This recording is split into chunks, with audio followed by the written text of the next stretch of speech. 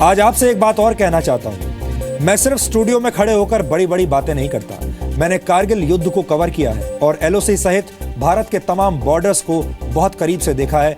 फौज कैसे काम करती है उसे बहुत करीब से देखा है वहां जाकर। मैंने सियाचिन से भी रिपोर्टिंग की है और मैं आपको आज ये बता सकता हूं अपने अनुभव के आधार पर कि 1999 में हुए कारगिल युद्ध के मुकाबले अब अंतर्राष्ट्रीय स्तर पर भारत की स्थिति बहुत मजबूत है। अब भारत असहाय नजर नहीं आता। कारगिल युद्ध के दौरान पाकिस्तान के साथ ओपन वॉर होने के बावजूद भारत ने एलओसी को पार नहीं किया था और एलओसी पार करने में भारत को 17 वर्ष लग गए। आपने अक्सर एक बात सुनी होगी कि जब विनाश की घड़ी नजदीक आती है तो अक्सर इंसान की बुद्धि भ्रष्ट हो जाती है। आतंकवादियों को पाल पोस कर बड़ा करने वाले पाकिस्तान की हालत भी इन दिनों कुछ ऐसी ही हो गई है। उरी में हुए आतंकवादी हमले के बाद पाकिस्तान का इलाज करना बहुत जरूरी था और इसके लिए भारत ने अपने उन सपूतों को सीमा पार भेजा जिन्हें मौत का दूसरा नाम कहा जाता है। हम आपको पाकिस्तान के कब्जे वाले कश्मीर में सर्जिकल स्ट्राइक करने वाले सेना की पैरा स्पेशल फोर्सेस के बारे में आज विस्तार से बताएंगे।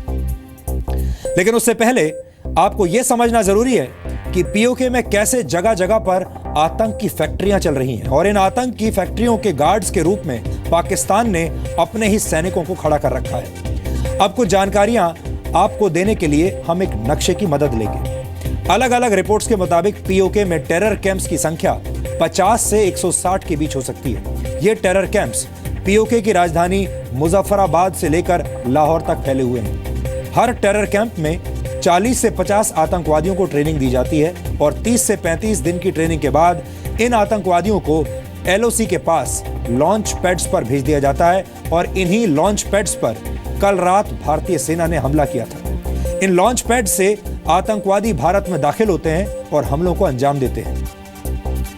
पीओके में जिन इलाकों में ज्यादातर टेरर कैंप्स चलाए जाते हैं उनमें अब्दुल्ला बिन मसूद, शवाई नाला, गड़ी दुपट्टा, दूध नियाल, शम्स उल हक और भीमबर शामिल हैं। ये जानकारी अगर आपको याद हो तो हमने आपको 19 सितंबर को ही दे दी थी और हमने अपने विश्लेषण में आपसे यह भी कहा था कि भारत आतंक के इन्हीं ठिकानों पर ऐसे हमले अब कर सकता है। मैं आपको आज वो क्लिप दिखाना चाहता हूं 19 सितंबर की जब हमने आपको ये जानकारी दी थी। जैश ए मोहम्मद पीओके में बहुत सारे टेरर कैंप्स चला रहा है। जैश ए मोहम्मद ने न सिर्फ उरी में आतंकवादी हमलों को अंजाम दिया है बल्कि पठानकोट एयरबेस और देश की संसद पर हुए आतंकवादी हमलों में भी जैश ए मोहम्मद का ही हाथ था। अब हम आपको नक्शे पर यह समझाएंगे कि भारत पीओके में कहां-कहां हमले करके आतंकी कैंप्स को तबाह कर सकता है और जैश के मोहम्मद को सबक सिखा सकता है। अलग अलग रिपोर्ट्स के मुताबिक पीओके में टेरर कैंप्स की संख्या 50 से 160 के बीच हो सकती है। ये टेरर कैंप्स पीओके की राजधानी मुजफ्फराबाद से लेकर लाहौर तक फैले हुए हैं।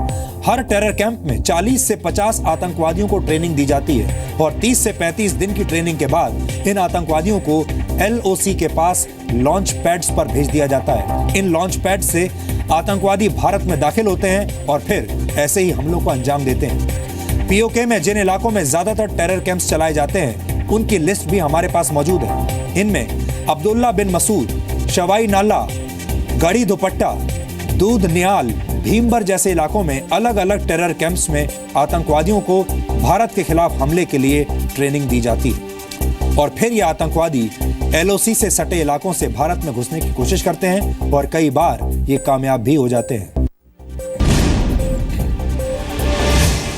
19 सितंबर को हमने आपको यही बात बताई थी कि इन्हीं टेरर कैंप्स पर अगर भारत चाहे तो सर्जिकल स्ट्राइक कर सकता है और कल रात को जो सर्जिकल स्ट्राइक की गई है उनमें इन्हीं इलाकों में मौजूद 7 टेरर कैंप्स को तबाह किया गया है।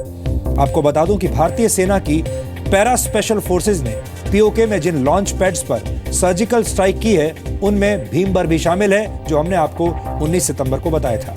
इसके अलावा पाकिस्तान के लाहौर, गुजरांवाला, मंगला, मनसेहरा और नॉर्थ वेस्ट फ्रंटियर प्रोविंस जैसे इलाकों में भी अलग अलग टेरर कैंप्स में आतंकवादियों को भारत के खिलाफ हमले की ट्रेनिंग दी जाती है।